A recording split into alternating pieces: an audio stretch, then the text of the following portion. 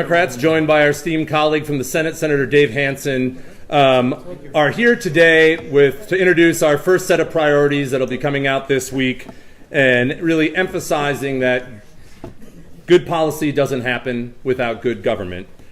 We've seen state government increasingly be disconnected from the public that it was elected to serve. The priorities of the Republican legislature over the last 8 years do not reflect the priorities of the public.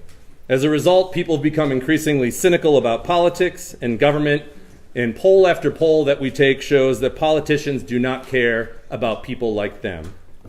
Rigged maps where politicians choose their voters, the increased influence of massive, unlimited special interest spending, and repeated attacks on transparency have undermined the central pillars of a functioning, transparent, and accountable democracy. Perhaps no example demonstrates this more than the contempt shown for voters than the recent lame duck session that undermined the democratically elected governor and attorney general. It doesn't have to be this way. That's why Democrats are prioritizing measures that restore how democracy is supposed to work. Again, good policy doesn't happen without good government. We've included a Venn diagram for you to see how each of the issues that we're going to touch upon today and each of our priorities are aimed at restoring what we feel is the undermining of democracy that's taken place. And with that, I'm happy to introduce my new colleague from Wauwatosa, Representative Robin Vining. Hello, I am Representative Robin Vining. I represent the 14th Assembly District, covering Wauwatosa, Brookfield, and Milwaukee. There is no greater reminder of the power of redistricting than the 2018 election. On November 6th, all 5 statewide elections were won by Democrats. Wisconsin Assembly Democrats received 200,000 more votes than Assembly Republicans statewide. And yet, in the state Assembly, the divide stands at 63 Republicans and 36 Democrats. Wisconsin's gerrymandered maps have marginalized the voices and silenced the votes of hundreds of thousands of Wisconsinites over the last 7 years. Wisconsinites have a constitutional right to be fairly represented by their elected officials regardless of their political affiliation. And so we are here today because Wisconsin Democrats are committed to nonpartisan redistricting reform and will continue to advocate for fair and representative legislative maps. Partisan gerrymandering is wrong when Democrats do it, and it's wrong when Republicans do it. Wisconsinites have spoken broadly across parties, demanding fair mapping. The time has come for politicians to listen to the people. This is the United States of America. We are of the people, by the people, and for the people.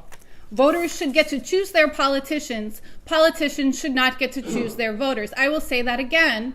Politicians should not get to choose their voters. Voters should get to choose their politicians.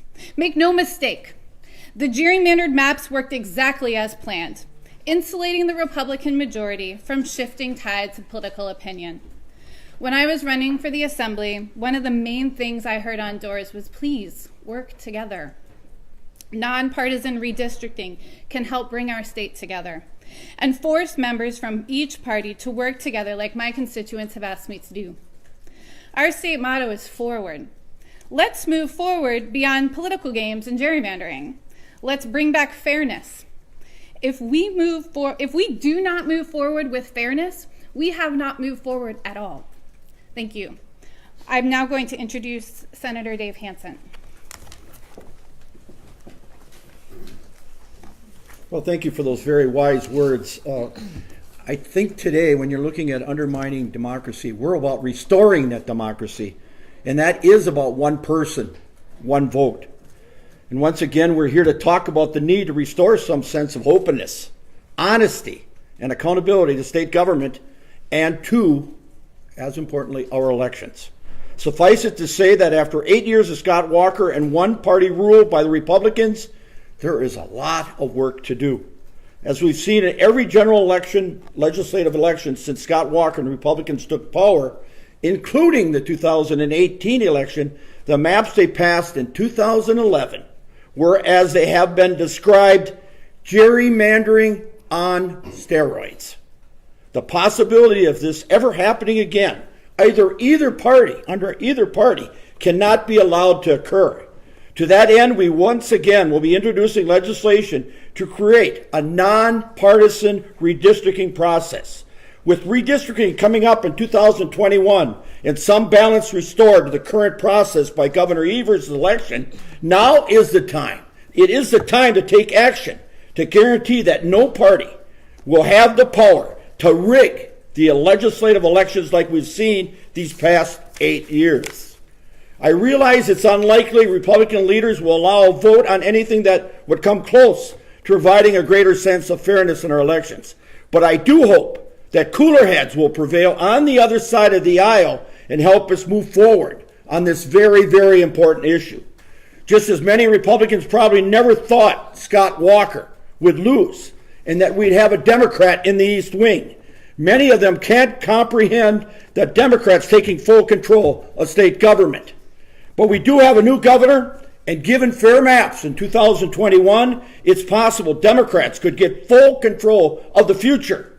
Those who realize this will do well to encourage their leadership to join us, to come along and pass nonpartisan redistricting, not just to protect their own interests, because it is absolutely the right thing to do. Our democracy works best when we have fair and competitive elections. It is time to take partisan politics out of redistricting and adopt a nonpartisan process that voters finally can be confident in. My honor to introduce to you Representative Sargent.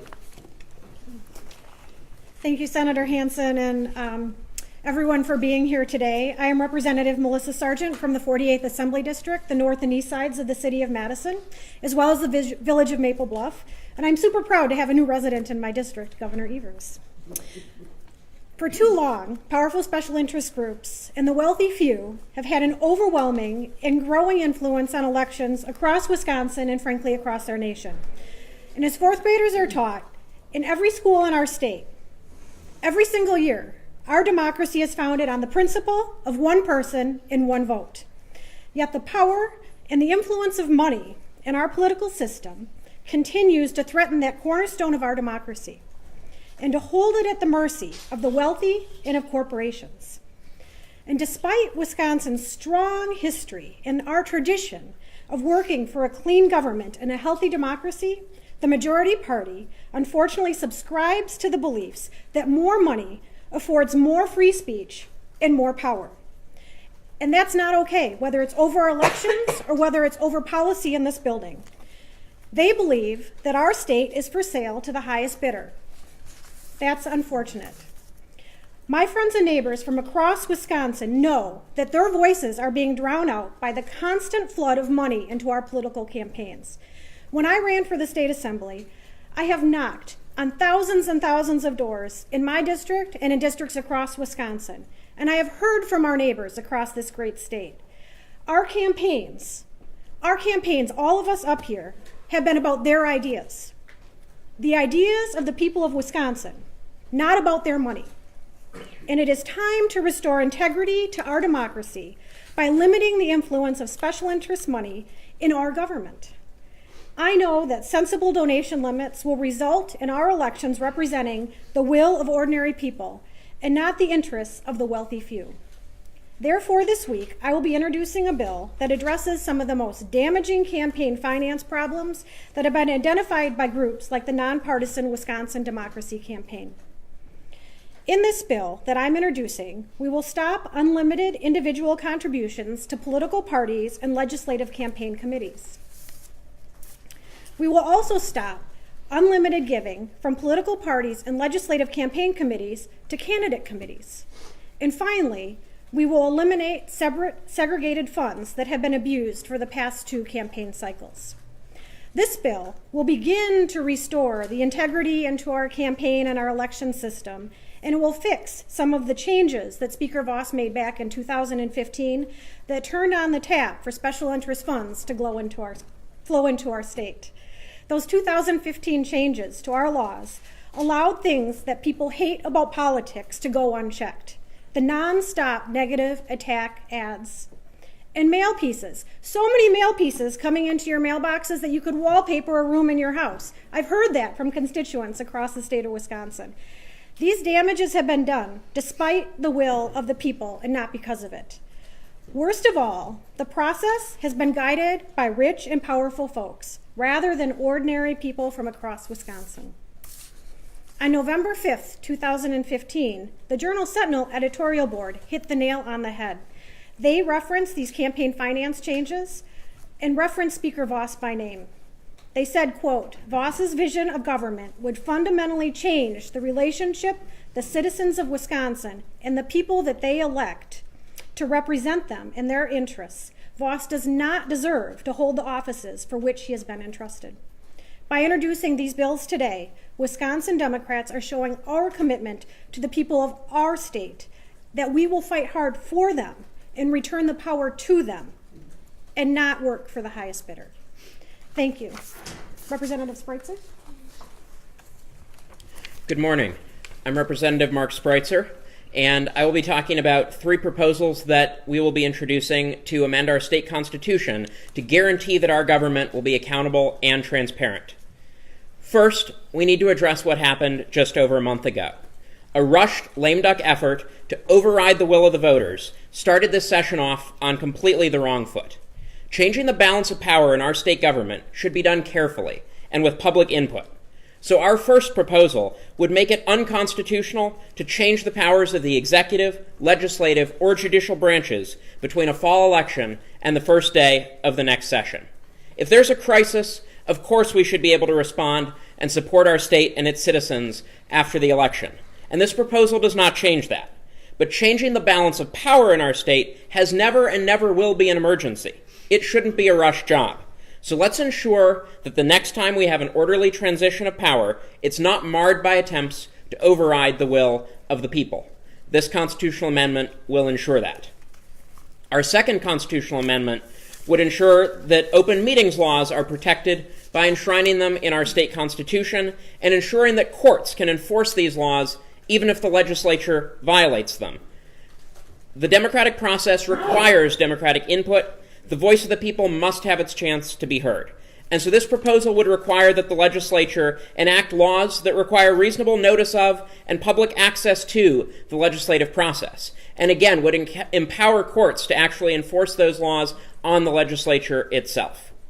It is time to put an end to sudden hearings and surprise votes, sometimes at 4 a.m, that have been the hallmarks of a broken system, producing laws that benefit a few, not the average citizen. Even now, one of our colleagues has had to go to the judicial branch for assistance as the majority party caters to the whims of their power-hungry leadership while excluding one of our own members, as well as the public. The time of short notice and rushed consideration must come to an end, and this constitutional amendment will ensure that it does. And our third constitutional amendment would strengthen our open records laws by protecting them in the state constitution. Some of the very worst proposals over the last 8 years have dealt directly with the way our legislature is accountable to the public. We cannot forget that the very majorities holding power now, led by Speaker Voss, are led by the same people who tried to end public accountability for our entire state government. Open records laws are at the heart of good government because they ensure that the public has the ability to shine a light on our process. And so we propose a constitutional amendment that would ensure that no other speaker or majority leader will ever be able to even attempt to dismantle our open records laws or to exempt the legislature from them. Even as Speaker Voss attempts to hide more information from the public about the millions of tax dollars he is funneling toward private law firms, we are here to hold the line and say, enough is enough. And now I'll hand it back to Gordon Hintz. Thank you. So again, we're here today because these are our priorities, because you can't have good government and good policy, or you can't have good policy without good government. You've heard from my fellow colleagues about rigged maps that distort the decision-making process and insulate people from the accountability that's a hallmark of democracy. You've heard about the undue influence of unregulated, unlimited special interest money that distorts the decision-making process. and you've heard about issues that undermine the will of the voters in an election and get at the heart of transparency, that if we're going to ensure that we have a democracy going forward, it's important to enshrine those things on a more permanent basis. And with that, we're happy to answer any questions. Representative Spreitzer, on your open records, other states, the owner of the records is not the legislature. So if a member of the media wants to do an open records request, they wouldn't do it from you. They would do it from somebody who keeps all of your records. Is part of your proposal taking the record maintenance out of the legislative offices? That's certainly something worth considering. We're finalizing the details of the proposal, and we want to make absolutely certain that there's no ability for the legislature to exempt itself from having to follow open records laws. So anything that would advance that is something that we're trying to accomplish with this. What would the amendment prevent the Speaker from doing to the law exactly?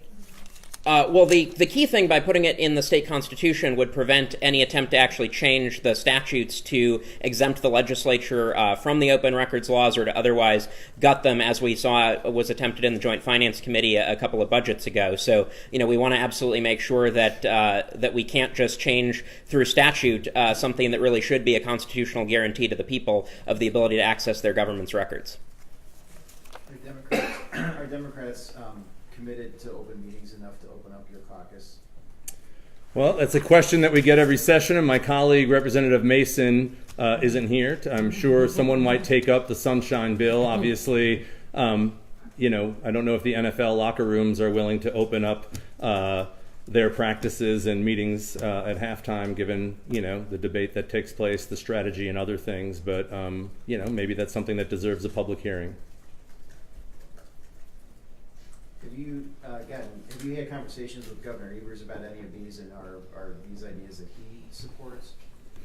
That's a question that you can ask him. We certainly, let them know what we were going to be moving forward with priority-wise. I am sure, he's expressed his frustration, and disappointment with what took place in December, just with the overall contempt for democracy, this institution, and the will for the will of the voters. So, we look forward to his input. We're happy to talk about it. But we wanted to come here today as we kick off the session to really get back to how we can restore the public trust and how we can protect our democracy going forward. Because I think there's a good reason why the public's cynical, and there are steps that we can take to help restore that.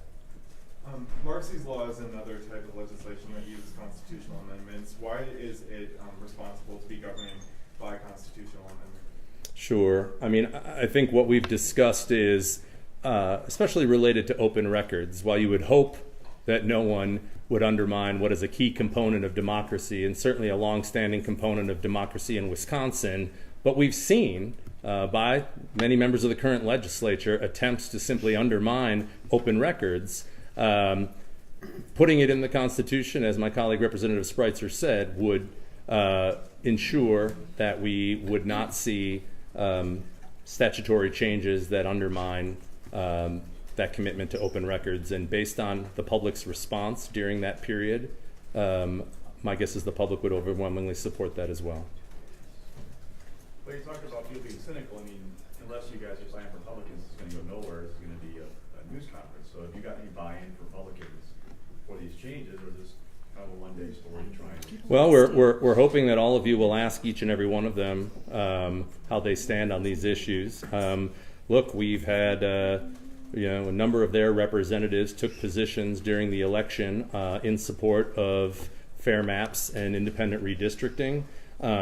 However, it looks like if they supported the speaker on the election the other day and the speaker doesn't support it, there's a gatekeeper that perhaps will not enable that to happen. But these are things that everybody, Republicans, Democrats, people of Wisconsin, should rally around. It's much bigger than today. It's really about what kind of governance we're going to have going forward. On each and every one of these things, it's not surprising to see how the process of governance gets distorted by enabling the types of actions that take place by either allowing it or by not having a law that fundamentally protects it going forward. Speaker Voss last week said he was opposed to a bunch of different proposals from Democrats, including $15 minimum wage, driver's licenses for legal immigrants, legalizing marijuana, rolling back voucher programs, and expanding abortion rights.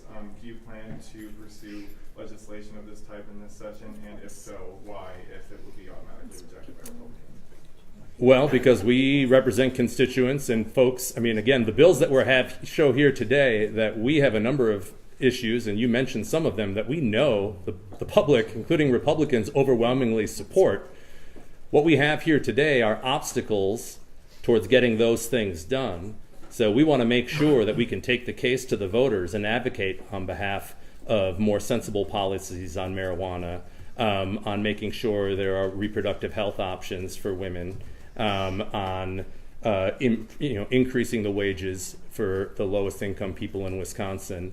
We know the public's with us on those. Part of the reason we're here today is we know those things can't happen if these laws are on the books. So if the best that you can do, if you're the speaker, is hide behind rigged maps, laws that ultimately insulate you from accountability with the public, your day will come. Gordon, I see on your Venn diagram here unlimited campaign contributions. What about coordination with supposedly independent third-party groups? We seemingly have a uniquely corrupted campaign finance law. How do we change that? Well, as my colleague Representative Sargent mentioned, there was some really devastating effects of the changes that took place in 2015 that are certainly not limited to what was proposed today. This was mostly aimed at the distortion of undue financial influence of people who certainly have more power than individual voters in the state. The coordination aspect did make Wisconsin unique and seemed to be more of a retroactive codifying of what took place in the John Doe decision by the Supreme Court that said coordination's okay. My guess is we will incrementally be addressing these things. For today's priorities, we really wanted to start with the distorted influence that certain groups have and certain individuals have over our decision-making process. Thanks, everybody. We got to wrap up, and I think the governor's going to hang out shortly. We're going back to caucus.